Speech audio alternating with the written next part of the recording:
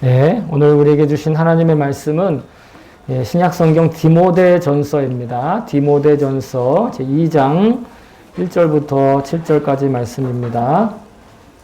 디모데전서는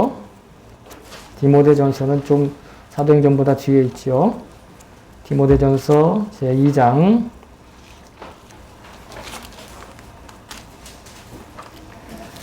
1절부터 7절까지 말씀. 찾으신 분들은 자기 성경을 들고 자리에서 일어서 주시기 바랍니다.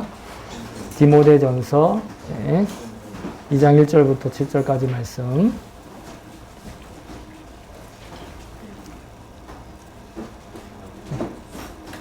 됐나요? 네. 자, 그러면 같이 한 목소리로 읽도록 하겠습니다. 시작. 그러므로 나는 무엇보다도 먼저 모든 사람을 위해서 하나님께 간구와 기도와 중보기도와 감사기도를 드리라고 그대에게 권합니다. 왕들과 높은 지위에 있는 모든 사람을 위해서도 기도하십시오. 그것은 우리가 경건하고 품위 있게 조용하고 평화로운 생활을 하기 위함입니다. 이것은 우리의 구주 하나님께서 보시기에 좋은 일이며 기쁘게 받으실 만한 일입니다. 하나님께서는 모든 사람이 다 구원을 얻고 진리를 알게 되기를 원하십니다. 하나님은 한 분이시요 하나님과 사람 사이에 중보자도 한 분이시니 곧 사람이신 그리스도 예수이십니다. 그분은 모든 사람을 위해서 자기를 대속물로 주셨습니다. 하나님께서 꼭 적절한 때에 그 증거를 주셨습니다. 나는 이것을 증언하도록 선포자와 사도로 임명을 받아 믿음과 진리로 이방 사람을 가르치는 교사가 되었습니다. 나는 지금 참말을 하지 거짓말을 하지 않습니다. 아멘. 주님의 말씀입니다. 자, 모두 자리에 앉아주시기 바랍니다. 제가 설교를 위해서 잠깐 기도하겠습니다. 참 좋으신 하나님 아버지, 지혜의 영이신 성령님께서 오늘 다시 이 자리에 우리와 함께 계신 줄로 믿습니다. 하나님의 영이신 성령님께서 또 우리를 하나로 한 몸으로 서로 연결하여 주신 것을 믿습니다.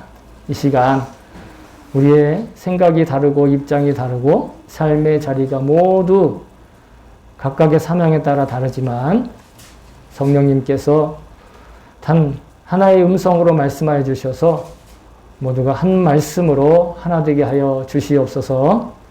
전하는 자나 듣는 자나 모두가 다 성령님께 의지하여 전하고 성령님께 의지하여 들을 수 있는 놀라운 시간, 또 은혜의 시간, 감동의 시간 될 수 있도록 주님 역사하여 주시옵소서. 각자에게 들려주시는 그 귀한 응답이 이 시간 온전히 울려 퍼지게 하여 주시옵소서. 감사드리며 예수님의 이름으로 기도하옵나이다. 아멘. 할렐루야. 네, 주님의 이름을 찬송합니다. 네, 감사가 곧 축복입니다. 라는 제목으로 안 들린, 기꺼이나인 데스까? 통역기를 좀, 통역기가 지금 안 들린다고 하는데, 네. 집사님이 좀 가서 좀 확인을 좀 해주시겠어요? 덴치와 아리마스. 덴치와 아타시 아사니 가까이시다가라.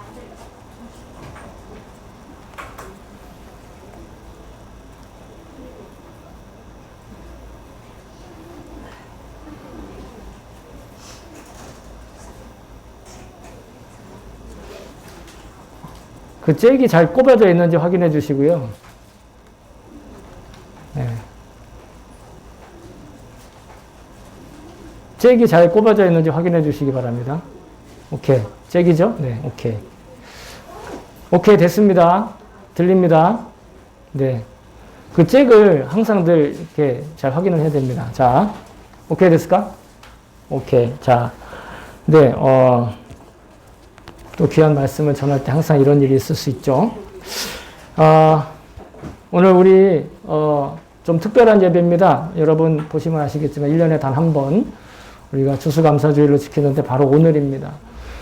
우리 교회는 10월 마지막 주를 구별해서 추수감사주일을 지키고 있습니다. 이 원래 추수감사주일의 성경적인 근거는 이스라엘 백성들이 이제 가나안 땅에 들어가서 하나님의 명령을 따라 살 때 여러 가지 수확을 모으고 또 하나님께 감사드리는 데서 시작을 했습니다. 근데 우리 현대적인 추수감사절의 기원은 미국에서 시작되죠. 미국에서 이제 영국에서 미국으로 자신들의 그 종교적인 신념을 지키기 위해서 이제 영국에서 미국 땅으로 건너간 청교도들, 퓨리탄들이라고 얘기하는 청교도들이 미국 땅 건너가서 1년 뒤에 처음으로 수확한 그 옥수수나 감자와 같은 그런 곡물들, 그런 식물들을 처음 수확한 것을 하나님께 감사하는 데서 직접적인 어떤 유래가 시작이 되었습니다. 그래서 오늘날 추수감사절 하면 미국이 가장 성대하게 지키는데 뭐 휴가도 가고 그래서 11월 중순에 보통 그 사람들의 어떤 환경에 맞게 지키고 있는데 우리는 우리의 환경에 맞게 지금이 가장 그 뭐 한국이든 일본이든 가장 수확이 한창인 철에 우리가 수확물들을 이렇게 하나님께 앞에 봉헌해 드리면서 또 장식을 해서 특별하게 예배를 드리고 있습니다. 공통적인 것은 한 해 동안의 그 농사의 수확의 기쁨을 누리게 해주신 우리의 창조주 하나님께 감사를 고백하며 찬양하는 그 하나님의 역사하심을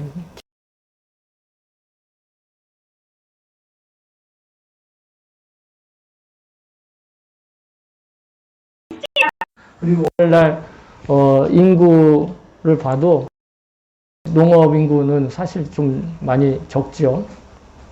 그럼에도 불구하고 우리가 이렇게 농산물 또 과일 이런 것들을 어떤 상징으로 고백을 하면서 우리가 이렇게 구입해서 강단을 꾸미고 이 감사 예배를 지키고 있습니다. 어쨌든 얼마든지 우리가 그런 의미가 모습이 달라졌으니 그 의미를 따라서 뭐 양복점을 하는 사람은 양복을 바치고 뭐 다른 일을 하는 사람은 다른 걸 바치고 이렇게 얼마든지 할 수 있으나 그렇게 하지 않고 교회의 전통을 지켜가면서 우리가 추수감사주일에 이 외형을 지켜나가는 것, 이것은 바로 지금까지 우리 교회 전통과 역사가 지켜온 전통을 지킨다고 하는 1차적인 그런 의미도 있습니다. 그런데 이런 1차적인 의미 외에 보다 근본적인 추수감사주일을 우리가 감사 예배로 지키며 기억해야 될 이유와 목적이 있다고 저는 믿습니다. 그것은 이 세상의 모든 만물을 창조해 주신 그 창조주 하나님께서 사실은 우리의 교회 생활이 아니라 우리의 일상생활의 근본적인 이 생존의 생활에 그 뿌리를 지탱하고 계신다. 그것을 붙들고 계신다라는 것을 우리가 1년에 딱 한 번만이라도 특별하게 생각하며 찬양하고 예배하기 위해서 특별히 우리가 직접 키우지 않고 직접 재배하지 않고 직접 수확하진 않았지만 우리가 우리의 주어진 물질들을 들여서 이런 것들을 이곳에 함께 봉헌하면서 예배하는 그런 의미가 있습니다. 이 음식과 이 과일들 사실 이거 다 우리가 먹을 겁니다. 네, 갑자기 썰렁해졌죠? 보통 고사나 제사 드리면 이렇게 생각들을 하잖아요. 바쳐진 음식을 누가 먹어요? 귀신이 먹고 조상이 먹는다. 뭐 그런 식으로 얘기하는데 그렇지 않아요. 우리는 억지로 그런 의미를 부여하지 않습니다. 하나님이 뭐가 아쉬워서 이걸 드시겠어요? 하나님이 드시기 위해서 바치는 것이 아니라 여러분 우리가 나눠 먹기 위해 이걸 봉헌한 겁니다. 그러면 왜 굳이 봉헌을 했느냐? 이렇게 우리에게 주신 것을 감사하기 위해서 우리가 고백을 하는 거예요. 표현하는 거예요. 그러니까 특별하게 자기가 먹는 거 살 때는 조금 흠이 있는 것도 사고 좀 덜 그 비싼 것도 사지만 이때는 꼭 값 나가는 거, 구별된 거, 좋은 거를 생각해서 들여서 내가 먹는 게 아니라 우리 교회 지체들이 다 같이 나눠 먹고 또 우리만 먹는 게 아니라 내가 전도하고자 하는 사람 선물도 주고 우리 주변에 좀 정이 부족한 사람들에게 도와주기도 하고 뭐 우리가 그렇게 도와줄 만큼 많이 드리지 못했으나 어쨌거나 그런 의미로 드리게 되는데 무슨 뜻이냐면 우리의 생존에 또 우리의 삶에 나의 존재의 근원이 어디서 오는가? 창조주 하나님께로부터 온다라는 걸 고백하기 위해 하는 거예요. 그 창조주 하나님은 그냥 우리가 생각하는 어떤 종교적인 그런 존재가 아니라 뭐 어떤 그냥 신성한 그런 존재일 뿐만 아니라 이 세상의 모든 존재하는 것들, 살아 움직이는 것들, 그리고 생존해야 하는 것들, 생활해야 하는 것들, 생명을 가진 것들의 주인이시라는 거예요. 그런 의미로 내가 그런 고백으로 우리가 함께 이곳에 이 과일들을 모으고 때로는 곡물과 야채와 채소들을 모으는 거예요. 물론 이게 끝나면 이것들로 우리의 몸을 채우기도 하고 또 우리가 활용해서 사용하기도 하지요. 하나님께서 만약에 제때 비를 내리시지 않고 제때 빛을 주시지 않았다면 우리가 직접 키우진 않았지만 이것을 직접 키우신 분들이 계시지만 그분들도 하나님께서 허락하시는 날씨와 기후가 아니면 환경이 아니면 이런 것들을 키워서 수확해서 마트에다가 내다 팔 수가 없는 거예요. 우리도 그것을 사서 먹을 수가 없는 거죠. 하나님께서는 친히 당신의 말씀으로 당신의 창조의 능력으로 이 세상의 모든 생명체들을 태초로부터 그리고 지금까지 창조하셔서 생존하게 하시는 거예요. 한순간도 쉬지 않으시고 자라게 하시는 거예요. 단 하루라도 감 한 알이지만 단 하루라도 그 하루가 빠져 있으면 이 감은 이 자리에 있지 못하는 거예요. 단 하루라도 우리의 삶이 사라져버리면 지금 우리는 존재할 수 없는 거예요. 그걸 고백하는 것입니다. 그래서 성경은 곳곳에 이런 관점으로 하나님의 은혜를 고백하고 있고 그 은혜를 고백할 것을 우리에게 말씀하고 있어요. 그래서 오늘 저는 이 말씀을 시작하면서 신구약에서 각각 한 구절을 우리가 우리의 입으로 같이 그 감사의 고백을 했으면 좋겠어요. 먼저는 고린도후서 9장 10절에 있는 말씀입니다. 고린도후서 9장 10절 같이 한번 우리가 우리의 입으로 고백해 볼까요? 심는 자에게 씨와 먹을 양식을 주시는 이가 너희 심을 것을 주사 풍성하게 하시고 너희 의의 열매를 더하게 하시리니. 아멘. 의의 열매뿐만 아니라 우리 삶에 먹을 것, 우리 삶의 생존에 필요한 것 하나님이 주시는 거라는 거예요. 무슨 소리야? 내가 내 돈 주고 샀는데 그 근본에 하나님이 계신다라는 거예요. 그 먹을 것의 근본에 하나님이 계신다라는 거예요. 그것이 우리의 고백인 줄로 믿습니다. 또 구약에서도 이렇게 고백하고 있어요. 구약에 하나님이 이스라엘 백성에게 말씀하십니다. 고백합시다. 여호와께서 너희의 땅에 이른 비 늦은 비를 적당한 때에 내리시니 너희가 곡식과 포도주와 기름을 얻을 것이요. 아멘. 여기서 말하는 곡식, 포도주, 기름은 다 농산물을 이야기를 하는 거예요. 먹고 사는 생존에 관한 이야기를 하는 겁니다. 그렇습니다, 여러분. 창조주 하나님을 믿는 우리 그리스도인들은요, 매일 뭐 3끼든 4끼든 5끼든 어떤 분 5끼 드시는 분 계시는데 밥상에 올라가는 그 먹을 걸 보면서 우리 항상 이렇게 고백하며 기도해야 돼요. 주님, 따라합시다. 주님, 이 밥상 위에 올라오는 모든 음식들이 이 자리에 오기까지 직접적으로, 간접적으로 수고한 모든 영혼들을 축복합니다. 모든 영혼들을 축복합니다. 그리고 기도해야 돼요. 하나님 그냥 감사합니다. 맛있는 거 주셔서 감사합니다. 건강에 좋은 거 주셔서 감사합니다도 좋지만 더불어 그 음식들이 지금 내 앞에 오기까지 직간접적으로 수고했던 모든 영혼들과 손길들을 주님 축복합니다 하는 것이 여러분 우리의 기도가 되어야 될 줄로 믿습니다. 창조주 하나님이 아니었다면 여러분 우리가 오늘 힘을 앞에서 이렇게 드리는 이 봉헌물들은 물론이거니와 우리 일상의 매 끼니마다 내 눈에 마주하고 있는 그 모든 음식들 우리 만날 수 없는 거예요. 여러분 비록 공장에서 가공된 식료품이라 할지라도 실은요 그 원재료가 어디서 왔습니까? 땅과 흙에서 뿌리 내리고 양분을 끌어들여서 비를 맞고 태양의 빛을 받고 광합성을 한 그 식물로부터 얻어지는 그 곡식과 과일과 그 모든 산물들을 통해서 그 공장에서도 식료품 만드는 것이지요.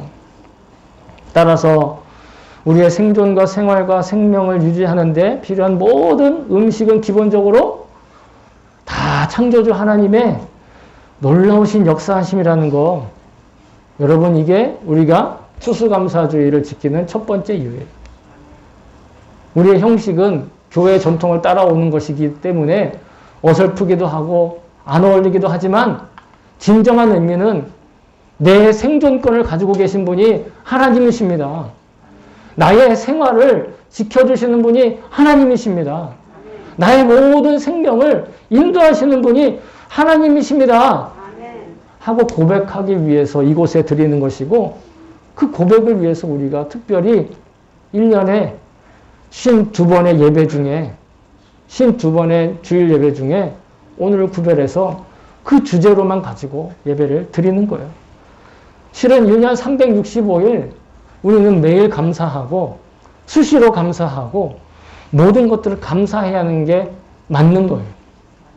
그러나 오늘 특별히 감사의 마음을 다시 한번 회복하고 배울 수 있기를 주의 이름으로 축복합니다. 자, 근데 이 말씀은 사실은 하나님을 안 믿는 사람에게도 얼마든지 이해시키고 얼마든지 설득할 수 있는 이야기이기도 합니다. 그런데 우리가 추수감사주의를 통해서 꼭 기억해야 될 것이 하나 더 있고 이건 정말 중요한 건데 그것은 바로 우리의 믿음과 감사와의 상관관계라는 거예요. 우리의 믿음과 감사가 너무도 밀접하게 연결되어 있다는 것이죠. 우리의 육신적인 생존과 생활만 이 추수감사주일의 예배의 주제가 아니에요. 우리의 영적인 구원과 그 믿음, 그 감사의 태도는 뗄래야 뗄 수 없는 아주 불가분의 관계에 있다는 걸 여러분 꼭 기억하셔야 될 줄로 믿습니다. 한국말에 세상에 공짜는 없다라는 말이 있어요. 일본말에는 타다요리 고아이모노와 나시. 어떤 분들은 타다요리 다카이모노와 나이. 또 이런 말도 하시더라고요. 예? 근데 여러분, 우리의 영혼은요, 우리의 노력 여하에 관계없이 다 거저주셨다, 이렇게 얘기하잖아요. 다 거저받았다, 이렇게 얘기하잖아요. 그럼 구원은 이렇게, 예? 공짜 같잖아요. 예? 그래서 우리는 구원받은 것을 은혜라고 성경은 말합니다. 에베소서 2장 8절에 너희는 그 은혜에 의하여 믿음으로 말미암아 구원을 받았으니 이것은 너희에게서 난 것이 아니요 하나님의 선물이다. 여러분, 우리 구원받은 건 내 노력이나 내 자격이나 내 능력이 아니라 바로 하나님의 선물이다. 중요한 거니까 죄송합니다. 한번 고백해 볼 거예요. 구원은 하나님의 선물이다. 구원받은 건 하나님께서 선물 주신 거라는 거예요. 그러니까 구원은 우리가 뭔가를 지불할 필요도 없고 지불할 수도 없는 거예요. 왜? 하나님이 선물로 줬는데 만약에 우리가 거기에다 대고 뭔가를 지불한다 그러면 뭐예요? 선물이 아니라 매물이죠. 네? 선물이 아니라 그냥 물건인 거예요. 그러니까 하나님의 구원을 하나님의 구원으로 여기지 못하니까 구원받았어도 여전히 몸에 힘이 들어가 있는 거예요. 여전히 뭔가 더 해야 될 것 같은 느낌이 드는 거예요. 고개가 빳빳해지는 거예요. 바리새인들처럼. 예수님이 바리새인들을 꾸중하시고 그들에게 진노하신 이유가 하나님의 선물과 같은 그 구원을 자기들이 경건한 생활로, 경건한 삶으로 샀다라고 착각하는 거예요.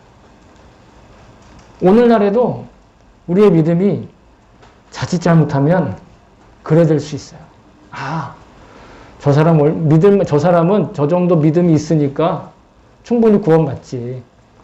아니, 나 같은 게 뭐, 이런 생각하면 안 된다라는 거예요. 구원은 지불하는 게 아니라 거저 선물로 받는 거예요. 그런데 그렇다면 우리의 구원이 공짜냐? 내가 그냥 받았으니까, 난 지불한 게 없으니까 공짜냐? 성경은 절대 그렇지 않다라고 얘기하고 있어요.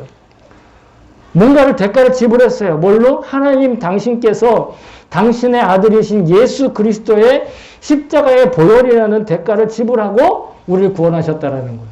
그러니까 우리가 받은 건 내 입장에선 그냥 받았으나 하나님께서 그것을 선물로 주시기 위해서 뭘 주고 샀다라는 거예요. 지불하고 샀다라는 거예요.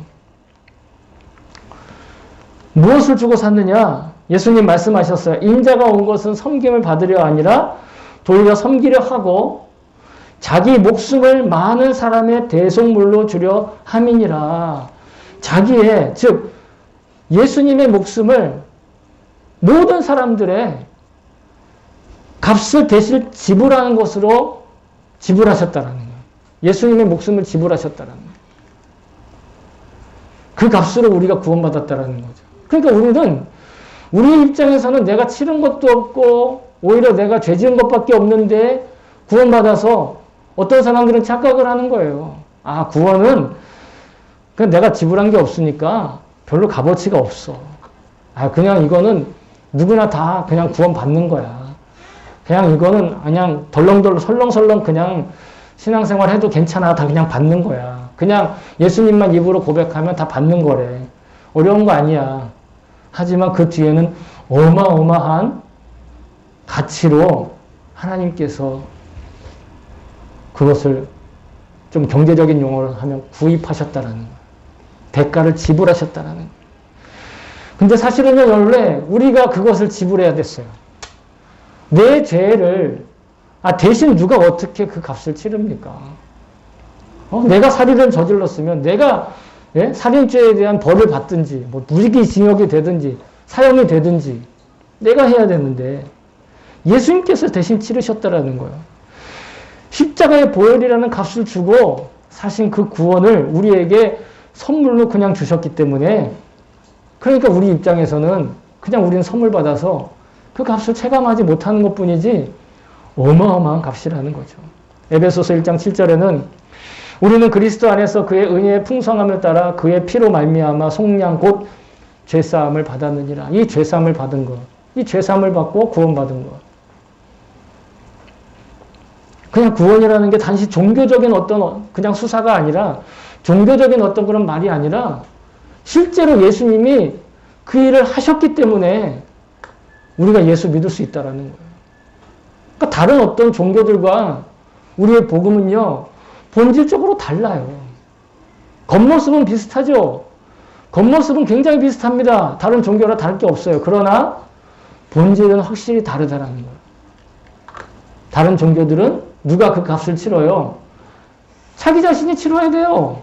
뭐 1000배를 하든 10,000배를 하든 뭐 우체 투지를 하든 그렇게 해야 얻어내는 거잖아요. 그 신으로부터 얻어내요. 그러니까 정성이 부족하다, 더 바쳐라, 더 바쳐라, 더 바쳐라 하는 게 무당들의 유행어 아닙니까? 정성이 부족하다, 정성이 부족. 그게 무당들이 하는 쓸데없는 짓이잖아요. 왜? 자기를 채우려니까. 제가 이렇게 했다고 해서 제가 무당이라고 생각하시면 절대로 안 됩니다. 그게 아니다라고 얘기를 해드리는 거예요. 자, 그렇다면 여러분, 하나님께서 이렇게 일방적으로 우리에게 부어주신, 그래서 우리가 은혜로 받은 이 선물인 구원, 이 구원에 속한 우리들이 그럼 할 수 있는 게 뭐냐? 난 아무것도 안 해도 된다며. 난 아무것도 안 해도 된다면서. 그런데 할 수 있는 게 있고 해야 되는 게 있다라는 거예요. 뭐 아까 말씀드린 값을 매길 수 없을 정도의 막대한 금액을 뭐 헌금으로 바쳐야 되겠습니까? 아니면 목숨이라도 드려야 될까요? 근데 여러분, 아무리 우리가 많은 돈을 드리고 내 목숨까지 내어줄지라도 그 구원을 우리가 절대 살 수가 없어요. 만약에 예수님이 하나님의 아들이 아니라 그냥 영웅, 그냥 일반적인 사람이었다면, 우리도 그냥 죽으면 돼요. 내 죄값을 내가 그냥 지불하면 되잖아요. 그런데 예수님은 하나님이셨잖아요. 하나님이 하나님의 생명을, 하나님의 그 보혈을 흘렸기 때문에 이 세상 모든 사람들이 다 구원받는 거예요. 받을 수 있는 거예요. 아니, 사람이 만약에 그 일을 해가지고 누군가를 구원할 수 있다. 그럼 나도 하겠네. 그럼 예수 믿을 필요가 없잖아요. 내가 하면 되니까. 내가 지불하면 되니까. 예? 저 중동에 무슨 만수르라는 사람이 있대요. 어마어마한 부자래요. 잘 모르지만. 그 사람이 다 자기 재산을 다 쏟아부어도 자기 하나 목숨 구원할 수 없어요. 어떤 사람은 평생을 들여서 막 고행을 해가지고 깨달았대요. 천국을 깨달았대. 그러면서 뭐 자기가 해탈을 했대. 근데 자기만 해탈하고 그 뒤로는 해탈한 사람이 없네? 왜? 부처는 한 사람이잖아. 부처 한 사람밖에 없잖아요. 부처라는 뜻이 뭐예요? 깨달은 사람이고 구원받은 자라는. 아니, 우리는 예수님 피로 다 구원받았는데? 그 사람들은 막 고행을 하고 뭔가를 열심히 막 해도 구원 받을까 말까라잖아요. 그래서 업보 때문에 어떻게 돼요? 다음 생에는 다른 걸로 또 태어난다네? 이게 뭐 말이에요, 뭐예요? 우리가 다른 종교와 본질적으로 달라요. 우리가 추수감사주의를 통해서 왜 이런 말씀을 드리는가? 단순히 우리의 생존과 생활뿐만 아니라 우리의 영적인 구원에 대해서도 다시 한번 우리가 이 봉헌물을 바라보면서도 꿰뚫을 수 있는 그런 지혜가 있기를 주의 이름으로 축복합니다. 그러면 하나님이 우리에게 원하시는 게 뭐냐? 아니, 뭐 절하는 것도 원하시지 않고 바치는 거 원하시지도 않고 목숨도 원하시지 않고 도대체 뭘 원하시는 거예요? 여러분, 오늘 지금 그것을 우리가 하고 있어요. 뭐냐? 감사로 드리는 찬양과 예배를 하나님 받으시기 원하신다는 거예요. 감사로 드리는 찬양과 예배를 하나님이 원하신다라는 거예요. 우리가 아무리 많은 돈을 드리고 우리가 나의 생명을 몇 번씩이나 하나님께 드려도 하나님께서 우리에게 주신 그 선물과 같은 구원은요, 살 수가 없어요. 그런데 하나님은 그런 걸 원하시지 않고 우리가 하나님께 집중하고 하나님을 바라보고 하나님께 우리의 마음을 열어서 드리는 이 찬양과 함께 드리는 예배. 찬양으로 노래할 때 내 목소리가 들리는 게 창피할 때가 있어요. 언제? 사춘기 때. 우리 교회에도 그런 분들이 몇 분 계세요. 우리 집에 계신 분들 포함해서. 그렇기 때문에 예배 중에 찬양한다라는 건 어마어마한 거예요. 우리가 예배 중에 내 목소리를 내서 찬양한다라는 거, 내가 음치임에도 불구하고 내가 목소리를 내면 꾀꼬리 같은 소리가 아니라 무슨 돼지 먹다는 소리 같은 소리가 들려도 그것을 전혀 개의치 않고 찬양과 감사로 드리는 걸 하나님이 받아주신다는 믿음으로 예배할 수 있으니까 이건 기적인 거죠. 더 값진 거예요. 뭐 노래 잘하는 사람만 찬양하고 노래 잘하는 사람만 부르는 거는 어디서 불러요? 노래방에 가잖아요. 우리의 믿음이 세상과 본질적으로 다릅니다. 우리가 그래서 감사할 건 내게 주어진 어떤 좋은 보상, 뭐 어떤 값진 간증, 체험 이런 것이 있어야만 우리가 감사할 수 있는 게 아니라는 거예요. 이미 우리를 구원하시기 위해서 치러내신 대속의 값어치를 그걸 기억하는 거예요. 그래 왜 십자가를 달겠어요? 여기 뭐 이렇게 아무것도 없으면 썰렁해서 십자가 달았나요? 그렇지 않아요. 이 십자가가 그 증거라는 거예요. 이 십자가가 나를 구원하신 예수님의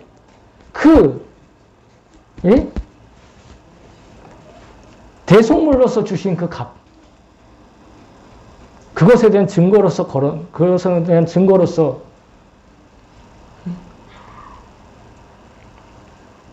왜요? 아, 예. 뭐, 될 줄로 믿습니다.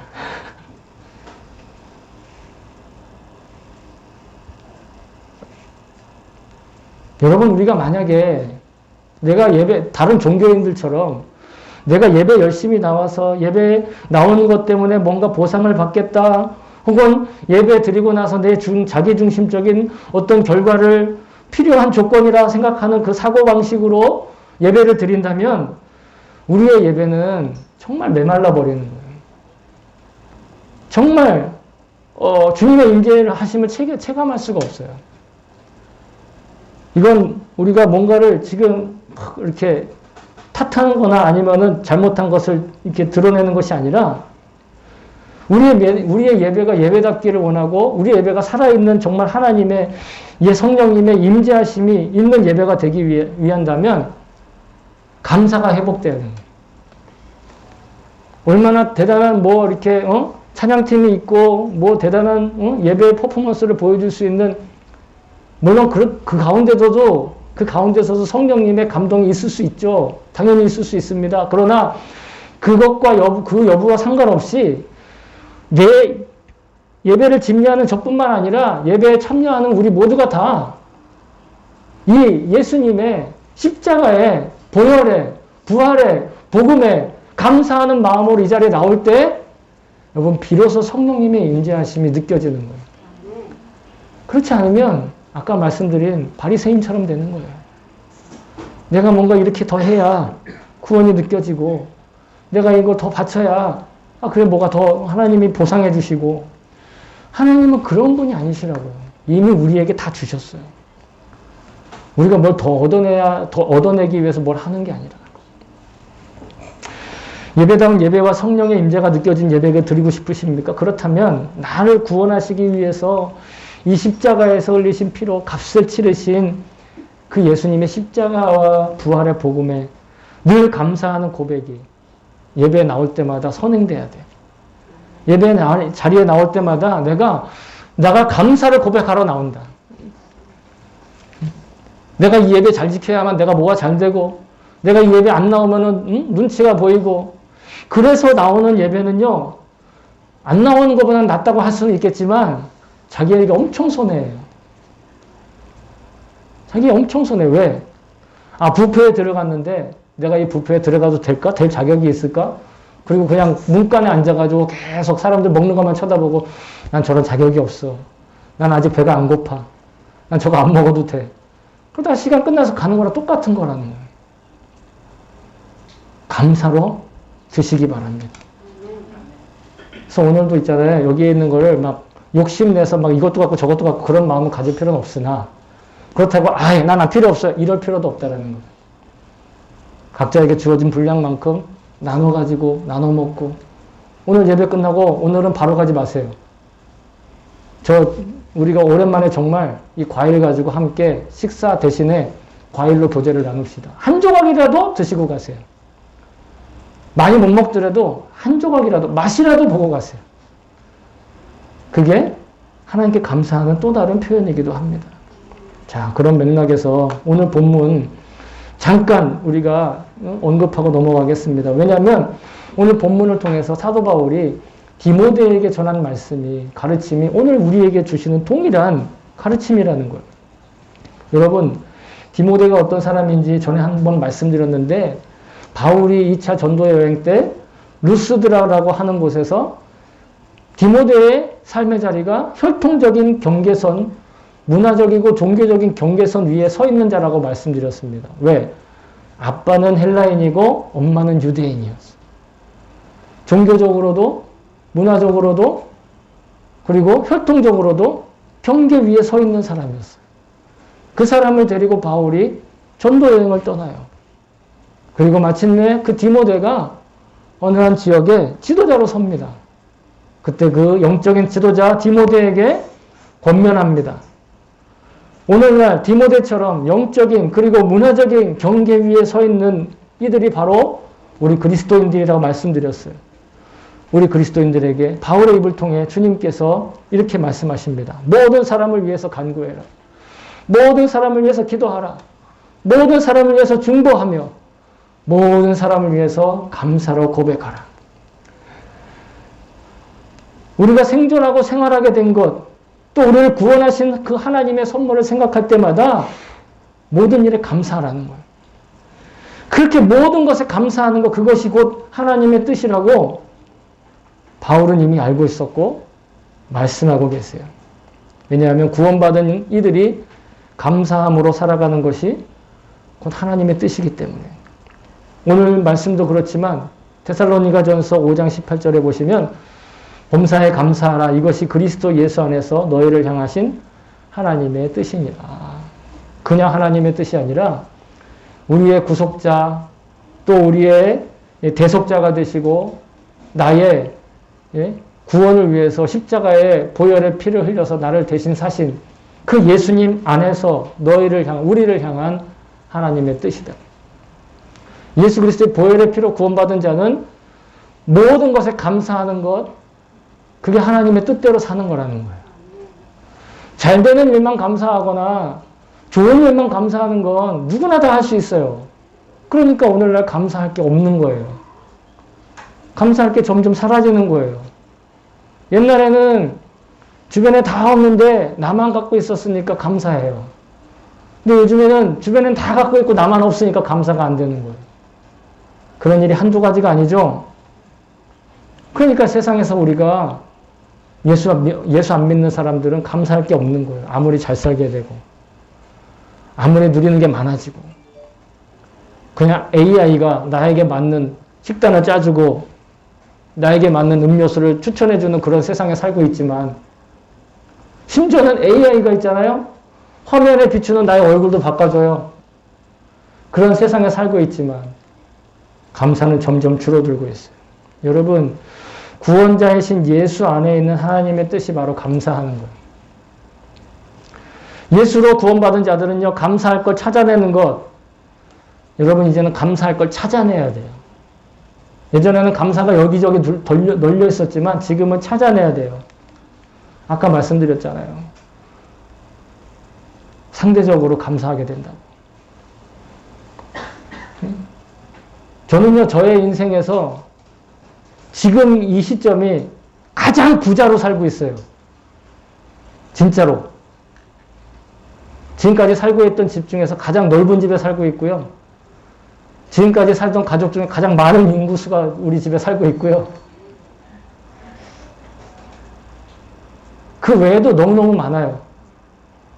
근데 저만 감사할 게 많을까요? 그렇지 않아요. 그런 환경과 여건과 조건만 가지고 감사한다면 감사할 게 없어지지만 우리는 이미 감사할 것이 차고 넘친다라는 거예요. 그래서 우리는요, 믿음으로 그 감사의 보석을 발굴해내야 돼요. 자기 인생에서 그 보석을, 감사를 캐내야 돼요. 그렇게 캐내는 걸 하나님이 기뻐하신다라는 거예요. 단지 우리가 예배에 빠지지 않는 거나 아니면 종교적인 행사를 잘 치르는 것, 이것만 보고 하나님이 기뻐하시는 게 아니라 우리가 감사할 것을 찾아내고 발굴할 때, 그리고 그것을 예배할 때 가져오고 내가 봉사할 힘을 거기에서 공급받는 거예요. 내가 이렇게 열심히 봉사했으니 하나님 이것도 해주겠지? 내가 열심히 이렇게 했으니, 열심히 바쳤으니까 하나님 보상해 주시겠지? 틀린 말은 아니지만 거기에 매여 있으면 바리새인이 될 수 있어요. 그런데 그거와 상관없이 나를 구원하신 주님을 감사. 내게 볼 수 있는 시각을 주신 주님께 감사. 원고에 없지만 천천히 말할게요. 헬렌 켈러 아시죠?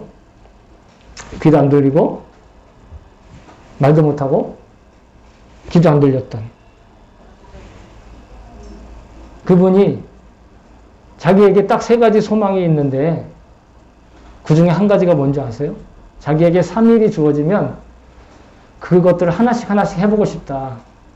근데 제가 그 3가지가 다 기억이 안 나요. 마지막 하나만 기억나요. 3일 중에 마지막 날 해지는 석양을 보고 싶다 그랬어요. 그게 그분의 평생 소원이었어요. 우리는요, 그분의 평생 소원을요, 물론 매일 석양이 지지 않기 때문에 매일 보지는 못하지만 석양이 질 때마다 보잖아요. 그런 삶을 살고 있는 것 자체로도 이미 우리는 감사한 거예요. 여러분, 그러나 우리가 내 믿음이 얼마나 강한지를 자랑하기 위해서 감사하는 거 아니에요. 감사의 고백을 통해서 사실 우리의 믿음이 하루에 하루만큼 자라나고 강력해지기 때문에 감사하는 것이지, 아, 내가 이 정도 감사 잘 찾아냈어. 아, 내가 이 정도 감사 잘 발견해냈어. 야, 한번 봐봐, 자랑해. 이래서 감사하는 게 아니에요. 제가 종종 영성일기를 쓸 때 50개 감사를 이렇게 기록할 때가 있어요. 그러면 여러 가지 복잡한 마음이 들지만 그렇게 하는 이유가 있어요. 저의 믿음을 지키기 위한 것이에요. 그렇게 감사할 게 맞냐고요? 여러분들도 아마 들으면 그게 뭐 감사야 이럴걸요? 눈 떠서 감사합니다. 운전할 수 있어서 감사합니다. 물 마실 수 있어서 감사합니다. 그거 쓰는 거라고요. 하루에 1시간 정도 들여서. 30분 정도 드리는 거예요. 여러분, 예수님이 여기서 피 흘리시면서 날 구원해 주셨는데 하루에 30분 감사 그거 기록해 놓고 남기는 게 그게 어려운 일일까요? 예수님께서 죽으셨을 뿐만 아니라 3일 만에 부활하셔서 우리도 그렇게 부활할 거라고 약속해서 보여주셨어요. 근데 그 주님 바라보는 게 그게 어려운 일일까요? 그 주님과 동행하는 게 그게 어려운 일일까요? 지금 살아계시는데. 감사의 능력은 여러분 이루다 헤아릴 수 없고 광활합니다. 근데 제가 지금 여러분과 함께 감사하는 것에 대한 제목을 찾아내고 그거에 대한 효율과 효능과 이런 유익함에 대해서 말하고자 하는 것이 아니에요. 정말 우리가 하나님의 은혜로 살고 있다면, 그리고 그것을 전심으로 믿는다면, 또 진심으로 더 믿길 원한다면, 여러분, 그 어떤 종교적인 노력보다 먼저 감사의 습관을 회복하시기를 추천합니다. 이 말씀을 꼭 전하라는 감동을 저에게 주셨어요.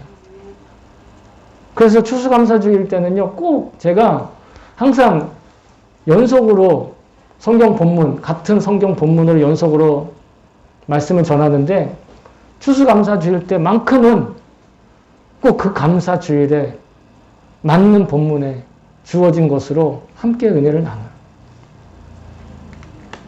감사를 회복해야 된다는 거예요. 오늘날 지금 이 시대에 더더욱.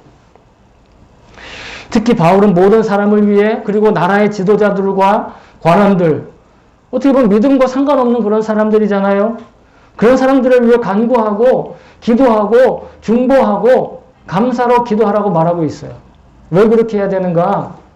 성도의 삶이 경건하고 품위 있게 조용하고 평화로운 생활을 할 수 있기 위해서 그렇게 하려는 거예요.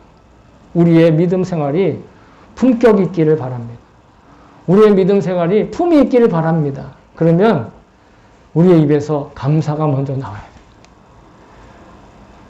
감사할 일을 찾아내는 것도 중요하지만 내게 있는 모든 것들을 그저 감사로 고백하는 것.